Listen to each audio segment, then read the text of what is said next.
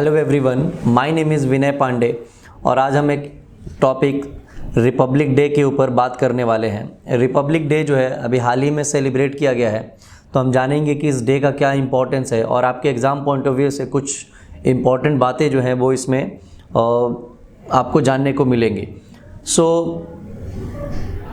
उससे पहले थोड़ा सा हम बात करना चाहेंगे, दैट इज़ कि हमारा ये जो प्लेटफॉर्म है विंग्स आफ्टर 12th, ये मेनली प्रिपरेशन कराता है for CUCET, IP MAT, CLAT, NMIMS, DUJET, Christ University, Symbiosis और ऐसी अदर एग्जामिनेशन जो आप 12th के बाद देते हैं उसके लिए। तो अगर आप ऐसे एग्जामिनेशन के लिए प्रिपेयर करते हैं तो आप इस प्लेटफॉर्म पे हमारे साथ जुड़ सकते हैं। आइए अपने इस टॉपिक के बारे में हम डिटेल में जानते हैं। तो देखिए, अभी हाल ही में ये 73rd जो रिपब्लिक डे परेड है इसको सेलिब्रेट किया गया है और इस सेलिब्रेशन में, इस रिपब्लिक डे के सेलिब्रेशन में इसका जो रिपब्लिक डे जो है ये नंबर जो था वो 73rd था और ये 73rd हमारा रिपब्लिक डे सेलिब्रेशन जो है वो इस बार किया गया है। तो जनरली इसकी शुरुआत जो है वो 26 जनवरी 1950 से होती है, राइट।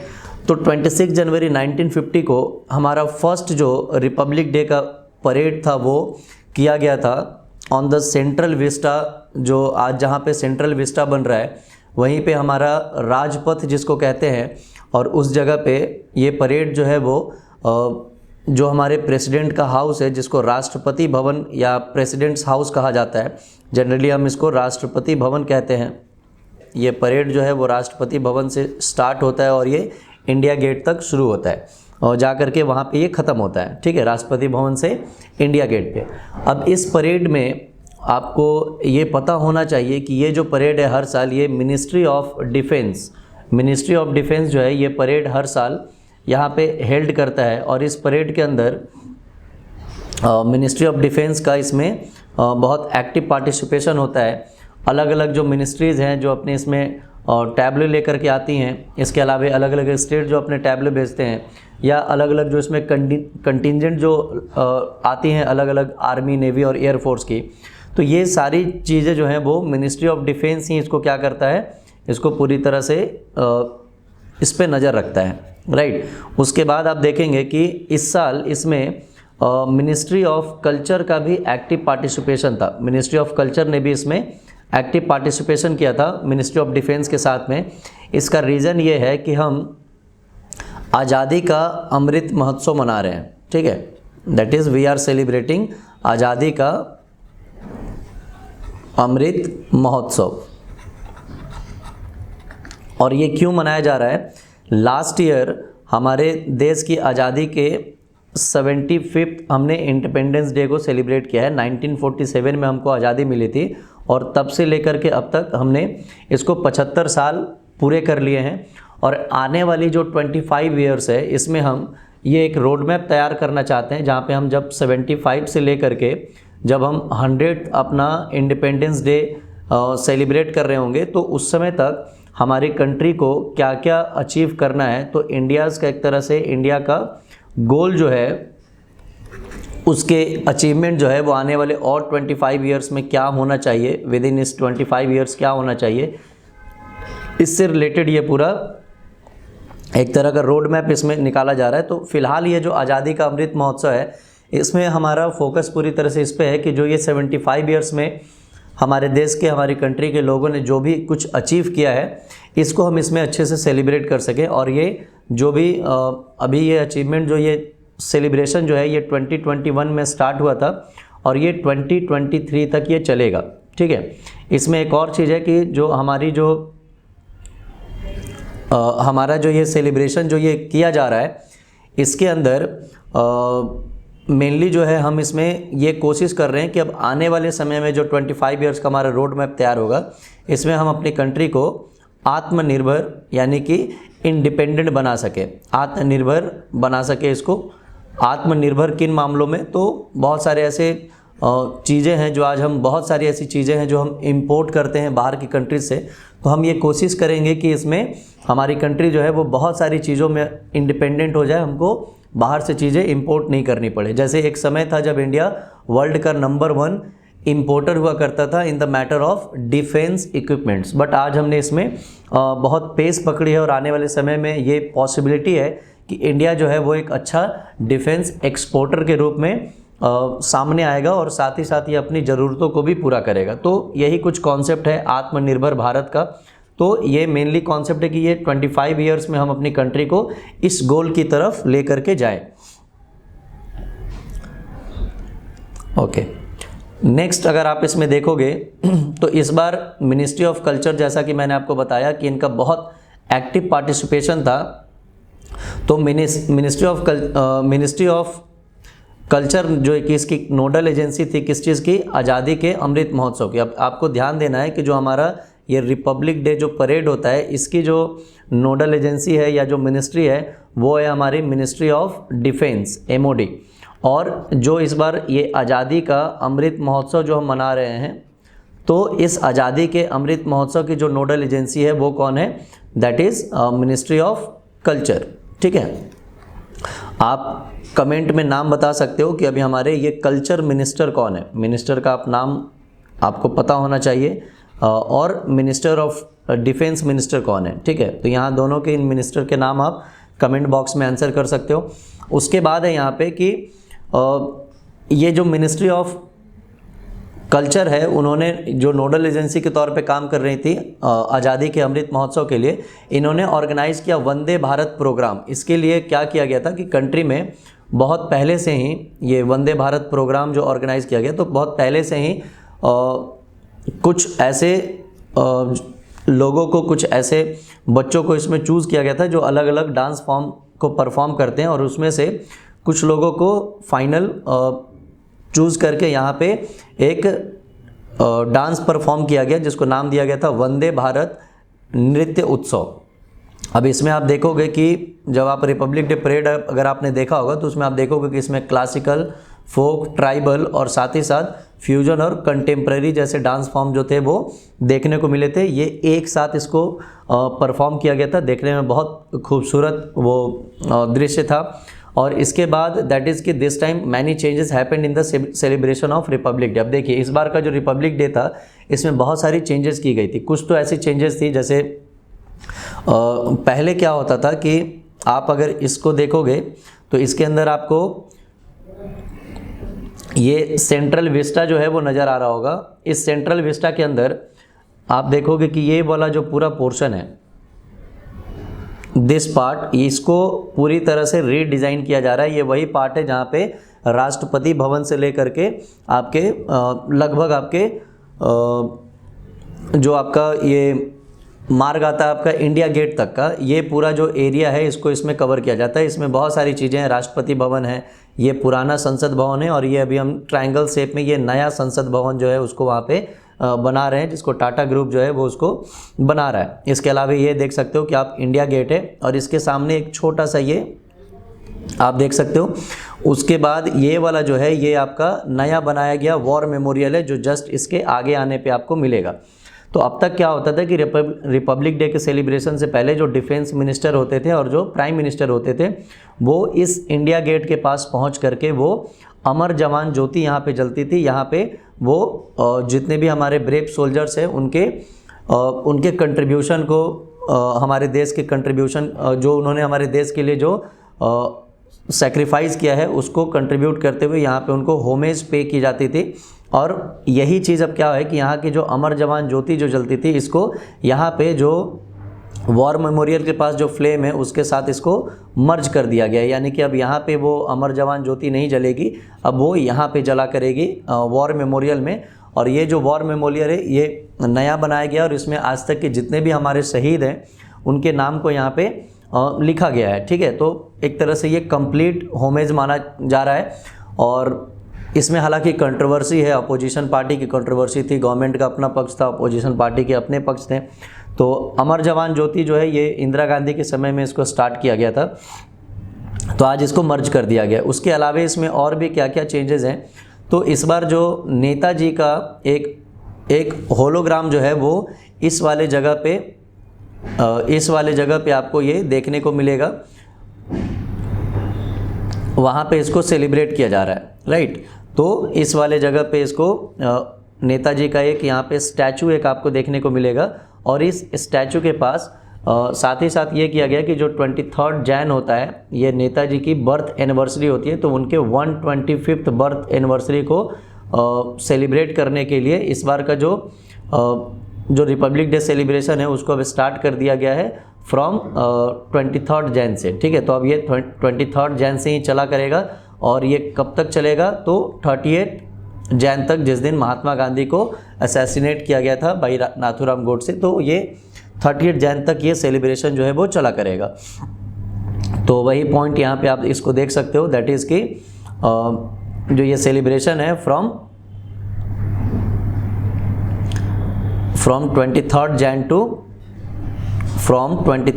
टू 30th जैन ये सेलिब्रेशन जो है वो आपको देखने को मिलेगा, राइट। तो आई होप कि यहाँ तक के पॉइंट्स आपको क्लियर होंगे। ये कुछ इस बार के रिपब्लिक डे परेड के सेलिब्रेशन से रिलेटेड आपके टर्म्स थे। अब उसके बाद अगर आप इसमें आगे देखोगे तो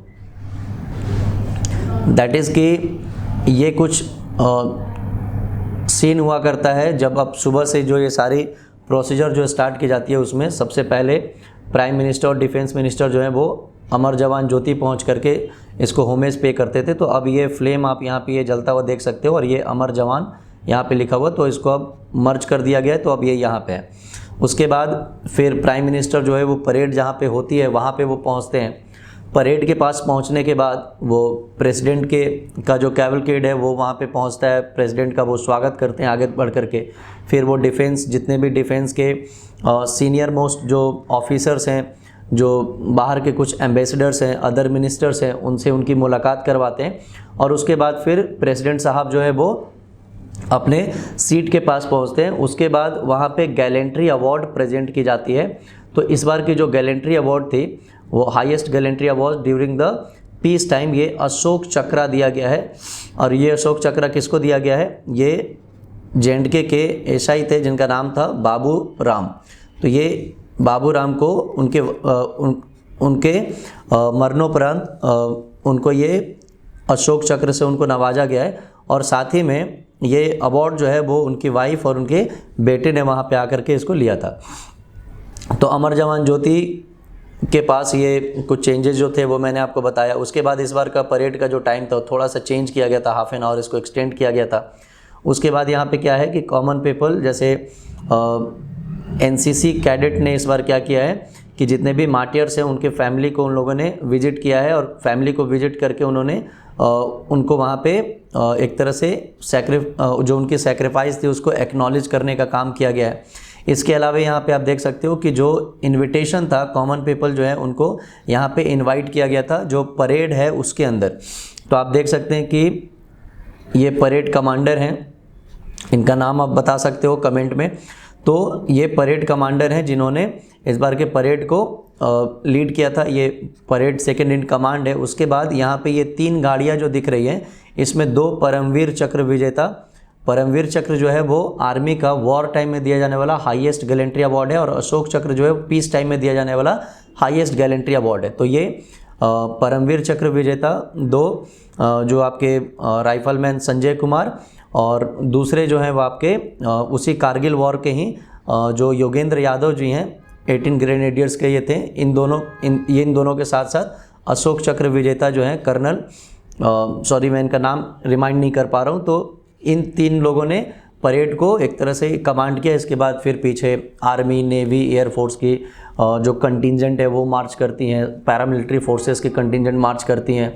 DRDO वगैरह का जो यहाँ पे टैब्लो है वो था, नेवी और एयरफोर्स के टैब्लो थे। इसके अलावा इस बार के परेड के अंदर एक और सबसे इम्पॉर्टेंट चीज़ ये जानने को था कि हम जो है हमारे आज़ादी के 75 साल हो चुके हैं। अब आप ध्यान दीजिएगा कि परेड जो है वो रिपब्लिक डे सेलिब्रेशन 73rd था, लेकिन हमारे देश को आज़ाद हुए 75 साल हो चुके हैं। तो ये 75th ईयर के सेलिब्रेशन में, आज़ादी के अमृत महोत्सव के सेलिब्रेशन में हमारे एयरफोर्स ने 75 ऐसे अपने फाइटर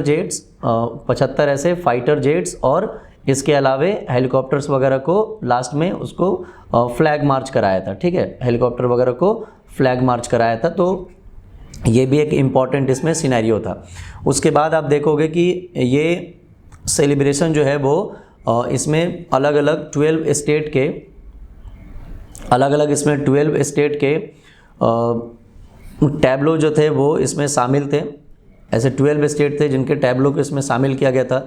9 मिनिस्ट्री के टैब्लो जो थे उसके अंदर शामिल थे, और इसके बाद इनके ऊपर वोटिंग भी होती है और इनको फिर प्राइज़ भी दिया जाता है। तो आप इसके लिए अपडेट रख सकते हो कि इसमें फर्स्ट प्राइज़ जो है वो किस मिनिस्ट्री को, फर्स्ट प्राइज़ जो है वो किस स्टेट के टैब्लो को मिला, और फर्स्ट प्राइज़ जो है किस मार्चिंग कंटिजेंट को मिला। ये अलग अलग कैटेगरी में ये सारी चीज़ें दी जाती है। तो मार्चिंग कंटिजेंट जैसे आर्मी, नेवी, एयरफोर्स, इन सब के कंटिजेंट को ये दिया जाता है, ठीक है। तो ये अलग अलग टैब्लो, नेवी, एयरफोर्स और DRDO का भी इसमें टैब्लो शामिल था। परेड के जो कमांडर थे उनका नाम था लेफ्टिनेंट जनरल विजय कुमार मिश्रा जी, और सेकंड इन कमांड थे मेजर जनरल आलोक काकेर जी, ठीक है। 75 एयरक्राफ्ट जो है और हेलीकॉप्टर जो है इन लोगों ने मिलकर के फ्लाई पास्ट किया 75 ईयर ऑफ इंडिपेंडेंस को सेलिब्रेट करने के लिए। और इसमें एक इम्पॉर्टेंट ये भी जानने को है कि जो पहली जो ऐसी फीमेल हैं जो राफेल फाइटर जेट को उड़ाएंगी, पहले ये मिग विमान को उड़ाया करती थी, अब ये राफेल फाइटर जेट को उड़ाएंगे, जो बिल्कुल अपडेटेड हमारा फाइटर जेट है जिसको हमने रसिया से परचेज़ किया है। तो इनको शिवांगी सिंह को देखा गया एयरफोर्स के टैब्लो के ऊपर, ठीक है।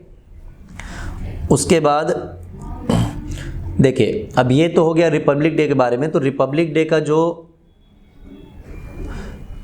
सेलिब्रेशन है इसकी एंडिंग मानी जाती है विद द बीटिंग रिट्रीट। तो बीटिंग रिट्रीट का जो कॉन्सेप्ट है ये कुछ ऐसा था कि वॉर टाइम में ये इंग्लैंड से ये कॉन्सेप्ट आया था, और जब वॉर टाइम जब ये हुआ करता था तो जब सैनिक की टुकड़ियाँ जब वापस शाम के समय अपने अपने वो वापस से कैंप में लौटती थी तो उस समय को वो कहा जाता था बीटिंग रिट्रीट। तो ये हमारे इंडिया में लगभग ये स्टार्ट होता है, और ये जा करके ये विजय चौक के ऊपर ये पूरा सेलिब्रेशन होता है बीटिंग रिट्रीट का। और वहाँ पे एक सेरेमनी ये पूरी तरह से एक तरह से ये पूरी सेरेमनी होती है, और ये 29 जैन को होता है। और इस दिन माना जाता है कि हमारा जो रिपब्लिक डे का जो सेलिब्रेशन है वो पूरी तरह से क्या हो गया, एंड हो गया, ठीक है। तो ये ऑफिशियल एंड माना जाता है रिपब्लिक डे सेलिब्रेशन का। इसके अलावा इसमें प्रेसिडेंट ऑफ इंडिया और जो है इसके चीफ गेस्ट होते हैं इस इवेंट के, और इसमें आर्मी के, नेवी के, एयरफोर्स के अलग अलग जो बैंड है वो इसमें परफॉर्म किया करते हैं, ठीक है। अगर आप इसके रूट को देखेंगे तो ये 1690 में लगभग ये इंग्लैंड से उसका रूट मिलता है, जहाँ पे डिसएंगेजमेंट के बाद जब ट्रूप्स वापस बैटल फील्ड से वापस सनसेट के समय लौटते थे तो उसी को बीटिंग रिट्रीट कहा जाता था। इंडिया में इसकी शुरुआत मानी जाती है मेजर रॉबर्ट के समय। मेजर रॉबर्ट ने इसकी शुरुआत की थी, या इसका आइडिया उन्होंने प्रपोज किया था।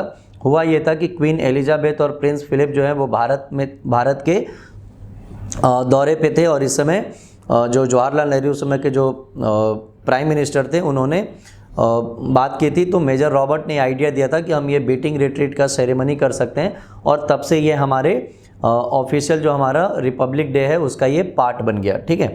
तो उसके बाद देखोगे तो इस टाइम जो है इस बीटिंग रिट्रीट के सेरेमनी में भी कुछ चेंजेस किए गए थे। वो चेंज जैसे कि आपका एक चेंज था इसके अंदर कि जो बीटिंग रिट्रीट था इसमें अब तक एक धुन बजाई जाती थी जिसका नाम था अबाइड विद मी, ठीक है। इसमें अलग अलग मैंने आपको बताया कि आर्मी, नेवी, एयरफोर्स के जो बैंड है वो परफॉर्म करते हैं, तो इसमें एक धुन बजाई जाती थी अबाइड विद मी। इसको चेंज करके यहाँ पे जो लता मंगेशकर जी ने जिस गीत को गाया था उस गीत को इसमें शामिल किया गया था, ऐ मेरे वतन के लोगों, ठीक है। तो एक तो ये चेंज था, तो इसके लिए भी बहुत ज़्यादा कंट्रोवर्सी उठी थी, क्योंकि माना जाता है कि अबाइड विद मी जो है वो महात्मा गांधी जी का एक फेवरेट सॉन्ग हुआ करता था, और उसके लिए ये अपोजिशन पार्टी जैसे कांग्रेस वगैरह ने इसके लिए बहुत आपत्ति जताई थी, लेकिन गवर्नमेंट ने इसको रिप्लेस किया इस बार किससे, ऐ मेरे वतन के लोगों से। इसके अलावा ये एक बहुत इंपॉर्टेंट इसमें न्यूज़ है कि IIT दिल्ली का एक स्टार्टअप जिसका नाम है बॉट लैब, ठीक है, Botlab Dynamics. Botlab Dynamics ने क्या किया है, इन्होंने परफॉर्म किया है एक तरह का ड्रोन शो आप कह सकते हैं, लेजर एंड ड्रोन शो, जिसमें 1000 ड्रोन्स जो है वो शामिल थी एक साथ, और इन ड्रोन का एक तरह से वहाँ पे इनका ये परफॉर्म किया इन्होंने during the beating retreat ceremony. और ऐसा करने के बाद इंडिया जो है दुनिया में 4th ऐसी कंट्री बन गई है जिन्होंने ड्रोन शो का इस तरह से सेलिब्रेशन जो है वो किया। इससे पहले यूएस, रशिया और चाइना, ये 3 ऐसी कंट्री थी जिन्होंने इस तरह के ड्रोन शो को परफॉर्म किया था। और इसके बाद India is a 4th country to perform this type of laser and drone show, जहाँ पे 1000 ड्रोन्स जो हैं वो एक साथ अलग अलग तरह के वहाँ पे एक तरह से आप कह सकते हैं कि स्टंट को परफॉर्म किया था। उसके बाद आप देख सकते हैं कि इसमें जो बेटिंग रिट्रीट था, इसका जो क्लोजिंग जो धुन था या क्लोजिंग जो इस बैंड का जो हाइम था वो था आपका सारे जहां से अच्छा। ठीक है, तो सारे जहां से अच्छा ये लास्ट इसमें इवेंट का क्लोजिंग एक तरह से आप हाइम बोल सकते हैं या क्लोजिंग धुन बोल सकते हैं, जिसको इसके अंदर परफॉर्म किया गया। और इस परफॉर्मेंस के बाद अब एक ये जो है बेटिंग रिट्रीट सेरेमनी जो है वो एंड हो जाती है। तो हमारा जो ऑफिशियल हमारा 26 जनवरी कैसे शुरू होता है और कैसे एंड होता है इसको हमने जाना। एक लास्ट इम्पॉर्टेंट बात ये है आपके लिए कि आखिर 26 जनवरी को ही हम अपना रिपब्लिक डे सेलिब्रेट क्यों करते हैं। ये अजीब सा क्वेश्चन लग रहा होगा, तो थोड़ा सा हम इसके ऊपर बात करते हैं कि रिपब्लिक डे होता क्या है। देखिए, रिपब्लिक जो है इस वर्ड का मतलब होता है कि जिस देश के हेड ऑफ द स्टेट, उस देश के जो मुखिया हैं, उस देश के जो हेड ऑफ द स्टेट हैं, ये क्या हो, ये कम्प्लीटली इलेक्टेड हो। राइट, ये कम्प्लीटली क्या हो, इलेक्टेड हो। यानी कि यहाँ पे कोई हायरार्की या किंगशिप वाला सिस्टम नहीं हो। जैसे आप आज भी यूके में देखोगे तो वहाँ पे एक खास राजघराने में पैदा होने वाले लोग ही वहाँ के क्या बन सकते हैं, हेड ऑफ द स्टेट बन सकते हैं। ठीक है, यानी कि वहाँ के आज भी राजा या रानी जो है वहाँ की हेड ऑफ द स्टेट होती हैं। जबकि इंडिया में क्या है, हमारे हेड ऑफ द स्टेट होते हैं प्रेसिडेंट। सारा काम जो है वो मतलब एग्जीक्यूटिव में, एक्चुअल जो रियल एग्जीक्यूटिव है वो तो प्राइम मिनिस्टर है, बट जो हमारे देश के जो फर्स्ट सिटीजन ऑफ इंडिया कहलाते हैं वो कौन कहलाते हैं, वो है हमारे प्रेसिडेंट साहब। ठीक है, तो ये जो प्रेसिडेंट साहब हैं ये हमारे यहाँ क्या होते हैं, इनका इलेक्शन होता है, ये इलेक्टेड होते हैं। ठीक है, तो इंडिया को इसीलिए कहा जाता है, इंडिया का जो ऑफिशियल नाम है that is Republic of India. ठीक है, या भारतीय गणतंत्र। उसी तरह से चाइना को भी रिपब्लिक कहते हैं, चाइना भी खुद को रिपब्लिक की तरह क्लेम करता है। वहाँ पे भी जो हेड है, वहाँ के राष्ट्रपति होते हैं वो इलेक्टेड ही होते हैं, भले ही वो एक पार्टी से इलेक्ट होकर के आते हैं। सेम केस है आपके यूएस के साथ में, अदर ऐसी बहुत सारी कंट्रीज़ हैं। लेकिन आज भी दुनिया की बहुत सारी कंट्री हैं जहाँ पे डेमोक्रेसी तो है बट वो कंट्री क्या है, रिपब्लिक नहीं है। तो डेमोक्रेटिक होने का मतलब कि जहाँ पे लोग जो हैं वहाँ के अपने लीडर को चुनते हैं, अपने देश के मुखिया को चुनते हैं। और दूसरी तरफ यहाँ पे आप देख सकते हो कि जो उस देश का अगर हेड ऑफ द स्टेट अगर इलेक्टेड होकर के आता है तो उसको क्या बोलेंगे हम, उस कंट्री को हम कहेंगे दैट इज़ कि वो कंट्री रिपब्लिक है। ठीक है, थोड़ा सा और इसमें अगर बात करें तो फिर ये हमारी कंट्री रिपब्लिक का तो मतलब आप समझ गए। तो रिपब्लिक डे जो है वो 26 जनवरी को क्यों हुआ, क्योंकि आप देखोगे तो 26 जनवरी को हमारी कंट्री के रिपब्लिक डे के मनाने का पीछे का रीज़न है कि 26 जनवरी 1950 को हमने अपने कॉन्स्टिट्यूशन को क्या किया था, इम्प्लीमेंट किया था। ठीक है, तो इसमें भी कोई दिक्कत नहीं है।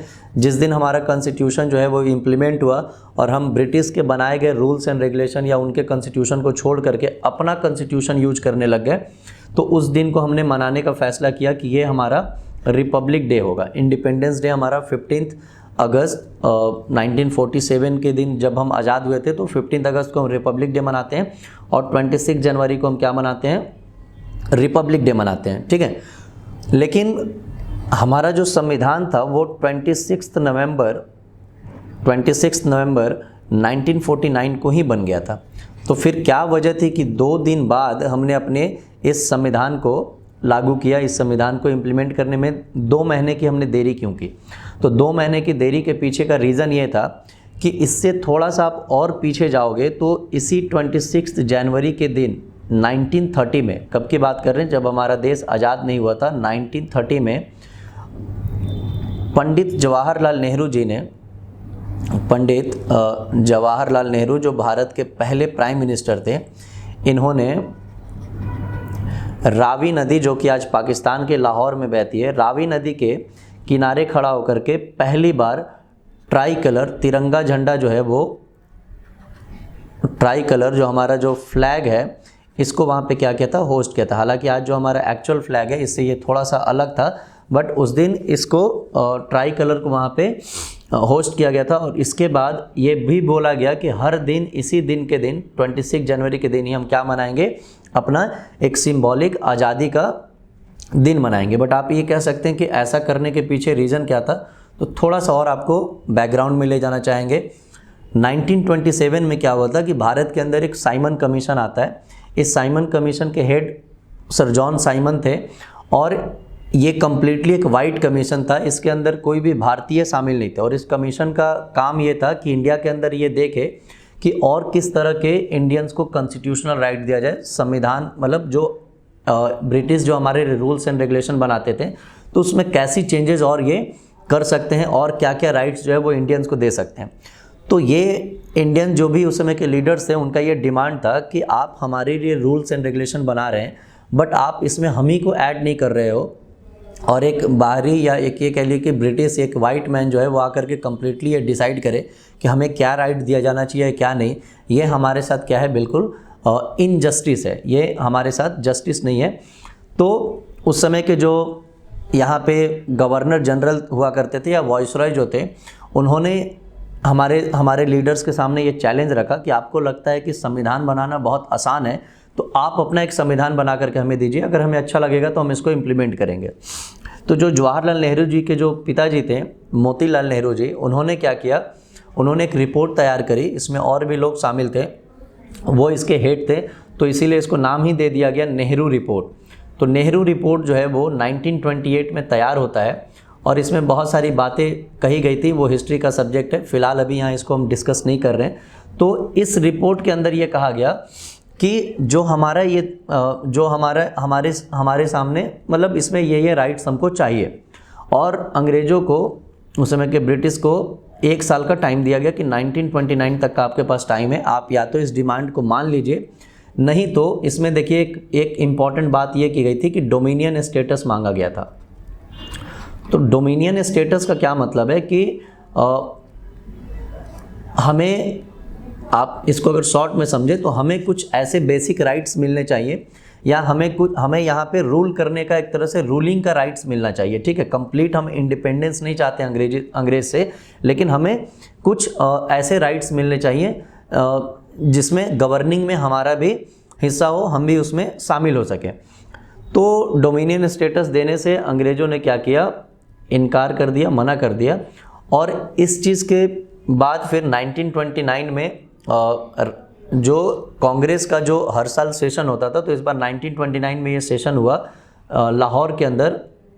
और लाहौर के सेशन के जो उस कांग्रेस सेशन के जो हेड थे, जो प्रेसिडेंट थे, वो थे पंडित जवाहरलाल नेहरू। और इस सेशन में ये पास किया गया कि अब हमको डोमिनियन स्टेटस चाहिए ही नहीं, अब हमें ये नहीं चाहिए, अब हमें चाहिए कंप्लीट इंडिपेंडेंस। अब हम पूर्ण आज़ादी चाहते हैं, मतलब अंग्रेज़ों को हमारे देश को छोड़ करके जाना पड़ेगा। और इसी चीज़ को सिंबॉलिक करने के लिए लगभग ये 1929 दिसंबर के महीने में कांग्रेस का सेशन होता था, जो थोड़ा सा 1 महीने का टाइम लिया गया ताकि देश के लोगों को इस टोटल इंडिपेंडेंस के बारे में बताया जा सके। और 26 जनवरी का डे जो है वो तय किया गया कि उस दिन हम क्या करेंगे, एक सिंबॉलिक ट्राई कलर को हम होस्ट करेंगे रावी नदी के किनारे। और इससे होगा ये कि देश के लोगों को ये पता चलेगा कि अब हमारा जो गोल है वो है कि अंग्रेज़ों को इंडिया से निकालना और इस देश को कम्प्लीटली अंग्रेज़ों से फ्री करना। तो जब हमारा देश आज़ाद हुआ तो वो 15 अगस्त के दिन हो गया। और इस डे के इम्पोर्टेंस को बचाने के लिए ये जो 26 जनवरी का जो डे है, यहाँ पे आप देख रहे हो, ये जो 26 जनवरी का जो डे यहाँ पे आप देख रहे हो, 26 नवंबर, इस दिन हमारा संविधान लागू हो गया था। तो हमने ये किया कि हमने इस दिन अपने संविधान को लागू नहीं करके उसको 2 महीने डिले कर दिया। कुछ पार्ट यहाँ लागू हो गए थे, बाकी सारी चीज़ों को, बाकी सारे कॉन्स्टिट्यूशन के जितने भी हमारी चीज़ें हैं उसको हमने कॉन्स्टिट्यूशन की सारी बातें वो हमने 26 जन 1950 को लागू की, ताकि ये इस दिन का इम्पोर्टेंस जो है वो ज़िंदा रहे। ठीक है, तो इस दिन के इम्पोर्टेंस को ज़िंदा रखने के लिए इसी वजह से हमारा जो 26 जनवरी का दिन है ये इंडिया के अंदर क्या हुआ, ये हमारा रिपब्लिक डे हुआ या रिपब्लिक डे कहलाया। आई होप आप इस वीडियो को बहुत इन्जॉय करेंगे और इसमें आपको बहुत सारी नई चीज़ें जानने को मिली होंगी regarding Republic day. So thank you so much.